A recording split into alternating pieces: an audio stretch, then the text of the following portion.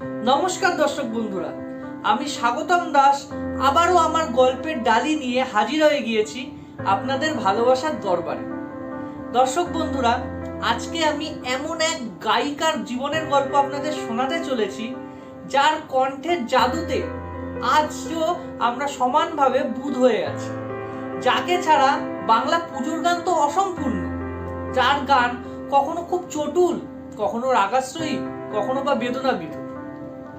দর্শক বন্ধুরা, আজকে আমি বিখ্যাত কোকিলকণ্ঠী গায়িকা আশা ভোসলের জীবনের গল্প আপনাদের শোনাতে চলেছি। আপনারা পর্বটি দেখুন, শুনুন এবং উপভোগ করুন। নমস্কার দর্শক বন্ধুরা, আমি স্বাগতম দাস ওয়ার্ল্ড অফ স্বাগতমের আরো একটি নতুন পর্বে আপনাদের সুস্বাগতম জানাই।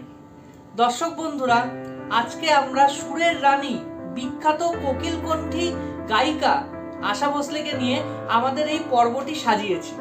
চলুন দর্শক বন্ধুরা, আর বৃথা বাক্য ব্যয় না করে শুরু করা যাক।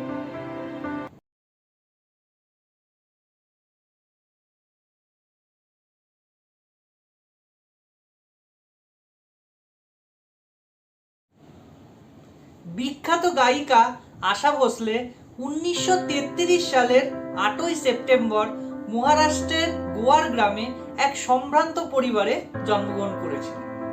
ওনার বাবার নাম ছিল দীননাথ মঙ্গেশকর, তিনি ছিলেন একজন বড় সঙ্গীতজ্ঞ, এবং মায়ের নাম ছিল সেবন্তী। আশা ভোসলে তার ছোট ছোট ভাই বোনদের মধ্যে সেজ বোন ছিল। আশা ভোসলের বাবা দীননাথ মঙ্গেশকর খুব কম বয়সেই মারা গিয়েছিলেন।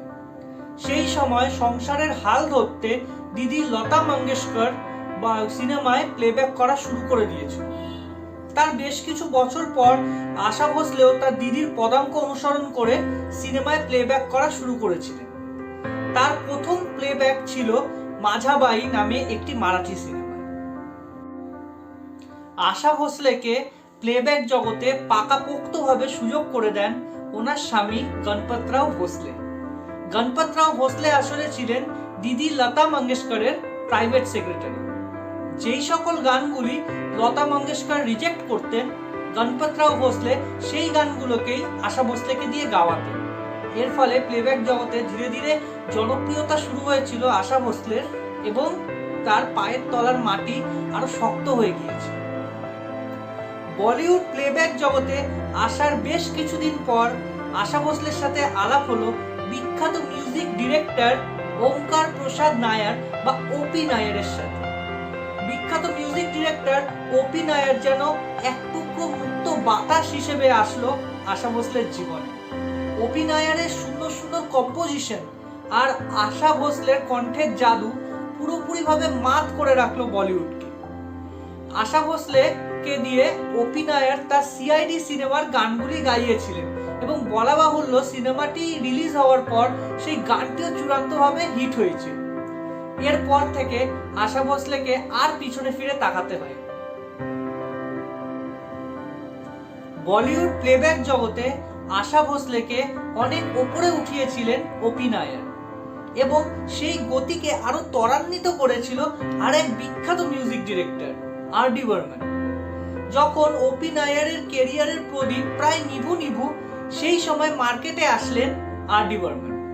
আর.ডি. বর্মনের আউটস্ট্যান্ডিং কম্পোজিশন যেন আশা ভোসলের কণ্ঠকে আরো উজ্জ্বল করে রাখলো।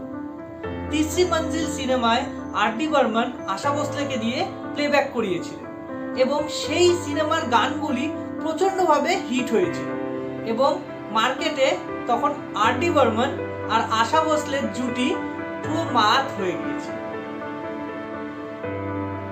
80 দশকের শুরুর দিকে আশা ভোসলে এবং আর.ডি. বর্মন বিবাহ বন্ধনে আবদ্ধ হয়েছিল।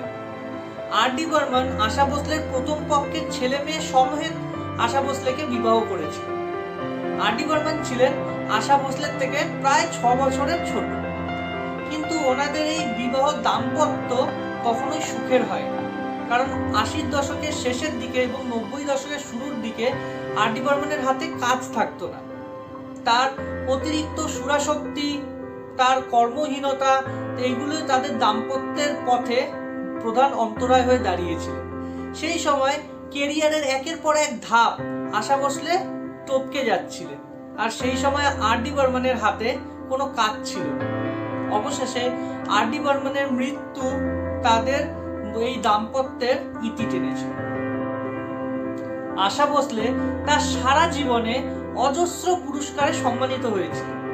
তিনি মোট 7 বার বেস্ট ফিমেল সিঙ্গার হিসেবে তিনি ফিল্ম ফেয়ার অ্যাওয়ার্ডও জিতেছিলেন এবং 2 বার তিনি ন্যাশনাল ফিল্ম অ্যাওয়ার্ডও তিনি জয় করেছিলেন। তিনি মোট 20টি ভাষায় 12,000-এরও বেশি গান গেয়েছিলেন এবং অজস্র পুরস্কারে সম্মানিত হয়েছিলেন। বিশেষ শারীরিক অসুস্থতার দরুন মুম্বাইয়ের ব্রিচ ক্যান্ডি হাসপাতালে ভর্তি ছিলেন সুরের রানী আশা ভোসলে। অবশেষে 2026 সালের 12ই এপ্রিল 92 বছর বয়সে মাল্টিপল অর্গান ফেলিওরের কারণে তিনি আমাদের সকলকে ছেড়ে পাড়ি দিয়েছিলেন। বলুন দর্শক বন্ধুরা, কেমন লাগলো আমাদের আজকের এই পর্বটি আপনাদের? আমাদের আজকের পর্বটি যদি আপনাদের ভালো লেগে থাকে তাহলে লাইক, শেয়ার এবং আমাদের এই ছোট্ট চ্যানেল ওয়ার্ল্ড অফ স্বাগতমকে সাবস্ক্রাইব করে দেবেন এবং সাবস্ক্রিপশন বাটনের পাশে যে ছোট্ট বেল আইকনটি আছে সেটিও ক্লিক করে দেবেন, যাতে আমাদের এই চ্যানেলে আসন্ন সকল পর্বের নোটিফিকেশন আসার সাথে সাথেই আপনাদের কাছে পৌঁছে যায় এবং আপনারা তা উপভোগ করতে পারেন। তবে দর্শক বন্ধুরা, আজ এইটুকুই থাক। আপনারা সবাই ভালো থাকুন, সুস্থ থাকুন, আনন্দে থাকুন এবং আমাদের এই চ্যানেল ওয়ার্ল্ড অফ স্বাগতমের পাশে থাকুন। তবে দর্শক বন্ধুরা, আজ এইটুকুই থাক। শুভরাত্রি, নমস্কার।